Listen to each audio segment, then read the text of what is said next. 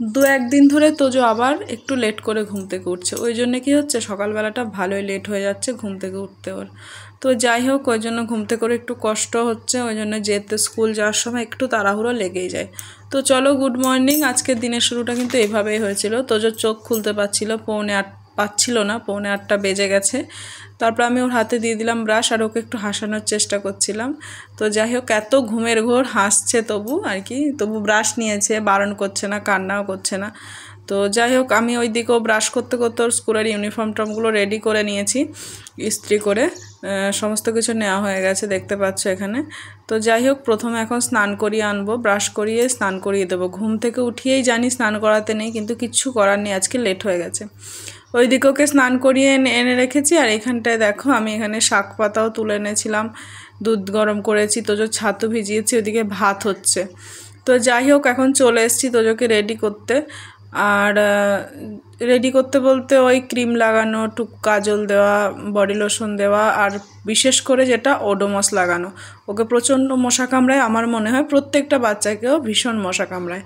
আর তোজো ছোটো থেকেই জামা প্যান্ট পরাতে অত আমাকে ডিস্টার্ব করে না, কোনো কিছুতেই ও আমাকে ডিস্টার্ব করে না। ওর বয়স অনুযায়ী যেটুকু ওর তরফ থেকে আমাকে হেল্প করা যায়, ও কিন্তু সেই সব সময় ওর দিক থেকে সেই জিনিসটা করে। জানি না কিভাবে ওর মধ্যে এসেছে, কিন্তু ও ছোট থেকে এই রকম।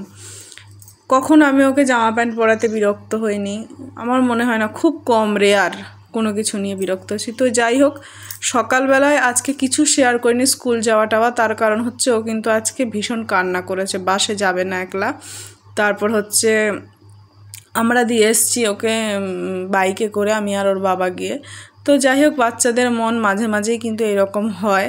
তো মাঝে মাঝে তাই ওদের মনও রাখার চেষ্টা করা উচিত, ওদের মনটাও রাখা উচিত, ওদের মন মতো চলা উচিত। তো তবেই কিন্তু ওরা আমাদের মন মতো চলবে। কিছু কিছু সময় ওদের মনটা যদি আমরা বুঝি, তখন ভাববে যে মামাম তো আমার কথা বোঝে, তাহলে আমিও ওর কথা বুঝি। তারই উদাহরণ হচ্ছে আজকে। কালকে ওর কথা আমরা ওকে দিয়ে এসেছি, তাই আজকে ও কান্নাও করেনি, কিছুই করেনি। তো ও কিন্তু স্কুলে চলে গেছে। তো যাই হোক, এখন রাত প্রায় 9:30 বাজে।